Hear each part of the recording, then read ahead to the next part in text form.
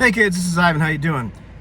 Still catching up. Man, I had a really busy weekend with like 4 gigs in 3 days, 4 different bands, one of which I did sound for one man. But this video is not about that. It's about day 26 of RPG A Day 2023. And the prompt for that day is character sheet. I think it's like game with your favorite character sheet or something like that. But I didn't take the bolded part, which is character sheet. And it's funny because if you watch my channel, you'll notice that very often I have talked about in the past of liking a smaller character sheet and things like not having to look at your character sheet as being important to me and all this other kind of stuff. However, let's look at this a different way because my perspective has broadened and changed over time.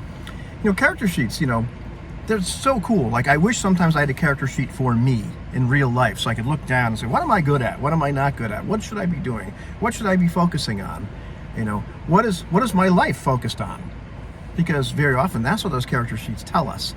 They tell us a lot of stuff if you look at them. Like, what is this particular person good at? What are they not so good at? Sometimes the character sheets tell us, really cool things like, how stable are they? Or what really drives or motivates them, what might be their defects, character defects or flaws or things that might get them in trouble, all sorts of, do they have any kind of obligations or entanglements, or do they have any resources they can call upon, all this kind of stuff.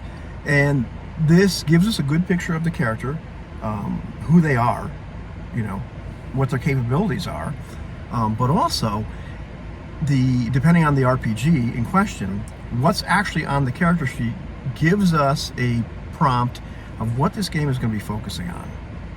A lot of games don't necessarily focus on combat, but there are combat parts on your character sheet because, very often, RPGs are about making decisions, and a lot of these decisions are going to end up in a conflict of one sort of another, and then you have to solve this conflict. And you may end up solving your conflict with diplomacy, or you might be solving it with violence, just like in real life. It might be, not really wanting to solve it with violence, but there might not be any other choice. So that doesn't necessarily mean that the RPG focuses on that, but all this other stuff that's on there kind of gives you an idea of what's this game really going to be like? What's it really going to be about? Not always. Some games do that better than others, but these character sheets have this wealth of information. And as long as we can get ourselves in this point where we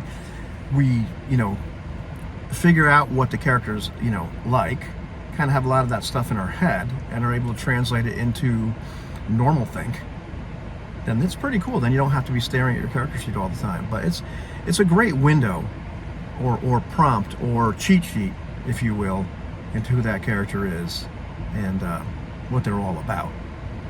Hopefully you have a lot of that in your head as well.